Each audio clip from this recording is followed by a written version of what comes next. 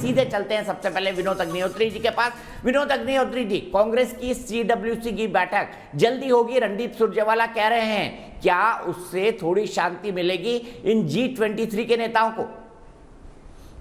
निश्चित रूप से देखिए, जब पार्टी संगठन, चूंकि गुलाम नबी आजाद ने चिट्ठी लिख के मांग की, कपिल सिब्बल ने भी कहा और नेताओं ने भी कहा होगा, तो चूंकि सबसे शीर्ष संस्था है वर्किंग कमेटी, तो वर्किंग कमेटी की बैठक होगी तो कम से कम उस बैठक में अपनी बात कहेंगे नेता लोग, जिसको कोई गिला शिकवा करना है, शिकायत करना है।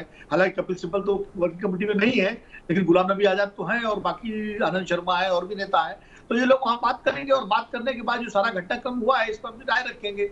तो निश्चित रूप से कुछ उसमें से जब किसी फोरम पर चर्चा होती है तो जो धुंध होती है वो छटती है, जो गुबार होता है वो निकलता है, जो एक दूसरे के बीच में गलतफहमी होती है, संवादहीनता होती है, वो टूटती है और उसके बाद चीजें आगे बढ़ती हैं। तो ये एक अच्छा फैसला है। वर्किंग कमेटी की बैठक तो और पहले होनी चाहिए थी, शायद पहले, क्योंकि वो आपको याद होगा कि अध्यक्ष पद का चुनाव कोविड को लेकर के टाल दिया गया था, अब तो कोविड भी उतार पर है, तो अब उस पर भी फैसला होना चाहिए।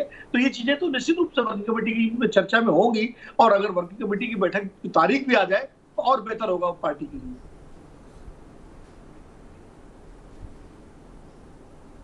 ठीक है, आप कह रहे हैं तारीख भी आ जाए, लेकिन सवाल यह है कि कांग्रेस अपना अध्यक्ष क्यों नहीं चुन पा रही 2019 के लोकसभा चुनाव के बाद? इस पर भी बात होगी, लेकिन सीधे अपराजिता जी के पास चलता हूं। अपराजिता जी, कैप्टन साहब ने आज साफ कह दिया न्यूज नेशन के इंटरव्यू में कि वो बीजेपी नहीं ज्वाइन करेंगे, तो क्या कोई टेक्निकल अंडरस्टैंडिंग होगी? अगर वो कोई रीजनल फ्रंट बनाते हैं तो भारतीय जनता पार्टी उनके साथ पंजाब में अलायंस करेगी? आप सबको मेरा नमस्कार। कैप्टन अमरिंदर सिंह को हम सब ने सुना, कांग्रेस छोड़ रहे हैं और बीजेपी में शामिल नहीं होंगे, ऐसा उन्होंने कहा है और यह उनका व्यक्तिगत निर्णय है। इस पर किसी भी तरह की टीका टिप्पणी देना मेरी समझ से उचित नहीं होगा। और जहां तक पंजाब की बात है तो मैं कह दूं कि पंजाब में कांग्रेस द्वारा प्रायोजित पॉलिटिकल सर्कस चल रहा है और पूरे देश का मनोरंजन हो रहा है। बड़ी अस्थिरता की हालत है, केवल पंजाब में ही नहीं, छत्तीसगढ़ में भी है और कुछ दिनों में राजस्थान में भी होने वाली है।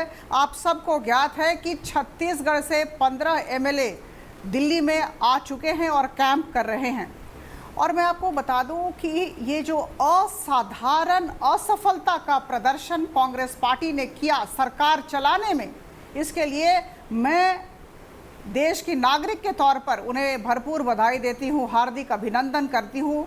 शासन और प्रशासन चलाना एक गंभीर विषय है और अगर शीर्ष नेतृत्व इतना दुर्बल रहेगा, इतना अज्ञानी रहेगा, इतना अनभिज्ञ रहेगा और इतना कम अनुभव रहेगा, तो मुझे लगता है ये तो होना ही था।